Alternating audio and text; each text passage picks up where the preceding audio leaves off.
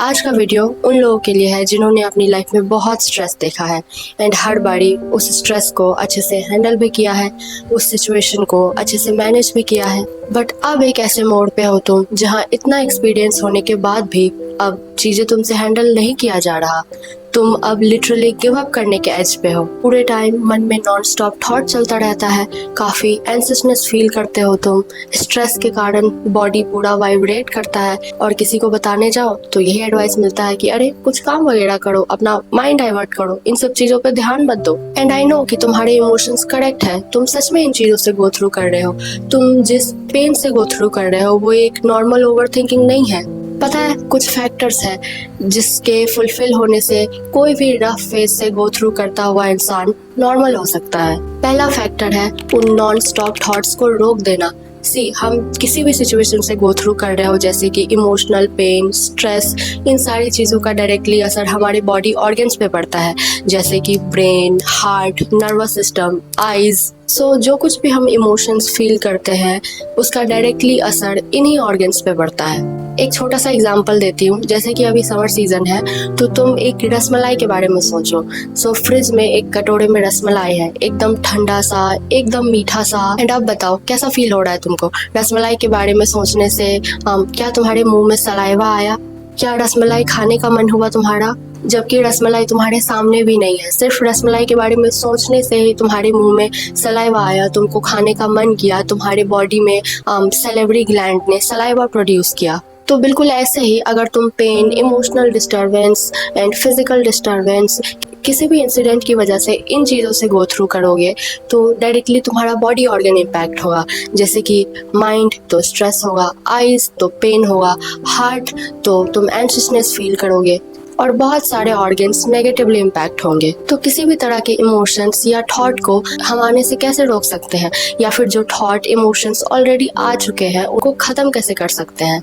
तो बहुत सिंपल है, कोई भी ऐसी एक्टिविटी करके जिससे तुम्हारा माइंड काम हो जाए। एक्टिविटी जैसे मेडिटेशन, योगा। तुमने लोगों को बहुत बोलते हुए सुना होगा कि मेडिटेशन कर लो, योगा कर लो, लेकिन किसी ने कभी ये नहीं बताया होगा कि क्यों मेडिटेशन किया जाए, क्यों योगा किया जाए। मेडिटेशन में पास्ट और फ्यूचर की चिंता को छोड़ करके तुमको किसी एक चीज पर, जैसे कि तुम्हारी सांस पे कुछ देर के लिए फोकस करने को सिखाया जाता है, सपोज 10 या 20 मिनट के लिए।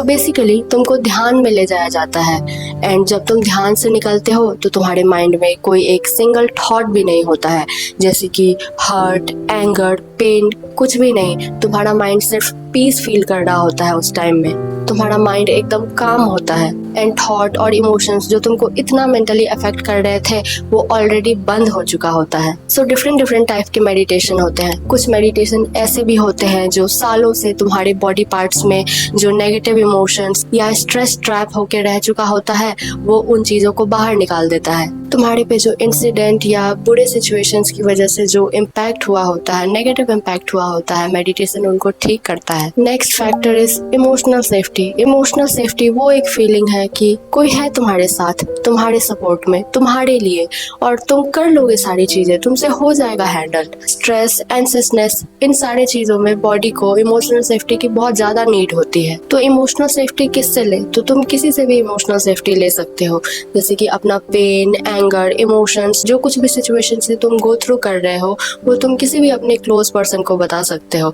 वो कोई फ्रेंड हो सकता है, फैमिली हो सकता है, रिलेटिव हो सकता है। बस मेक श्योर करना कि जिससे भी तुम शेयर करने वाले हो वो इंसान इमोशनली इंटेलिजेंट हो, और हाँ, वो तुम्हारे प्राइवेसी का भी ध्यान रखे। ऐसा नहीं कि किसी भी थर्ड पर्सन को कि तुम किन चीजों से गो थ्रू कर रहे हो उसको बता दिया। अगर सामने वाला पर्सन इमोशनली इंटेलिजेंट है तभी वो तुमको समझ पाएगा। सपोज तुम अपनी फीलिंग्स शेयर कर रहे हो उससे कि मेरे साथ ये इंसिडेंट हुआ, मैं ये चीजों से गो थ्रू कर रहा हूँ, या फिर ये इंसिडेंट मैंने फेस किए, एंड सामने से तुमको रीअश्योरेंस मिलता है कि हाँ मैं तुमको समझ सकता हूँ, मैं हूँ तुम्हारे लिए, तुम मुझसे कोई भी चीजें शेयर कर सकते हो, तुम सेफ हो मेरे सामने। फिर तो तुम्हारी 40% प्रॉब्लम वहीं सॉल्व हो जाएगी। क्योंकि वो एक फीलिंग जो होता है ना कि हाँ तुम्हारे डिफिकल्ट टाइम में कोई है तुमको सुनने वाला, कोई है तुमको समझने वाला, बहुत ही ज्यादा रिलीफ देता है। तो मैं बहुत ही सिंपल सा इमोशनल सेफ्टी का एक एग्जांपल देती हूँ। तो तुमने छोटे बच्चों को देखा है कि बच्चा कभी कभी रो रहा होता है, कभी उसको भूख लगी होती है, या फिर कभी कभी वो बहुत ही चिड़चिड़ा हो गया होता है, या फिर ऐसे भी रो रहा होता है, एंड उस समय उसको अपनी माँ चाहिए होती है, या क्योंकि एक बच्चे के लिए तो उसकी मदर सबसे ज़्यादा सेफ होती है। तो जैसे ही मदर या फिर बच्चे का पेरेंट उसको अपने गोद में लेता है, सहलाता है, चुप कराता है, देन थोड़ी देर में तुम नोटिस करते हो कि वो बच्चा अपने आप ही चुप हो गया, जो इतना ज़्यादा रो रहा था, जो इतना ज़्यादा चिड़चिड़ा था। एंड ये बताओ कि बच्चा चुप क्यों हो जाता है? तो इसका रीज़न बहुत सिंपल है कि वो जो इरिटेटेड बच्चा था, वो जो रो रहा डरा हुआ बच्चा था, उसको अपने पेरेंट्स से इमोशनल सेफ्टी मिल जाता है। वो एक फीलिंग मिल जाता है कि हाँ हाँ तुम सो जाओ, मैं हूँ तुम्हारे साथ, तुम मेरे साथ सेफ हो। तो तुमको अगर किसी पर्सन से इनडायरेक्टली इमोशनल सेफ्टी लेना हो ना, कि सपोज तुम चाहते हो कि मैं सामने वाले इंसान को ना बताओ एंड उससे इमोशनल सेफ्टी ले भी लूँ, या फिर तुम ऐसा बता के भी कर सकते हो।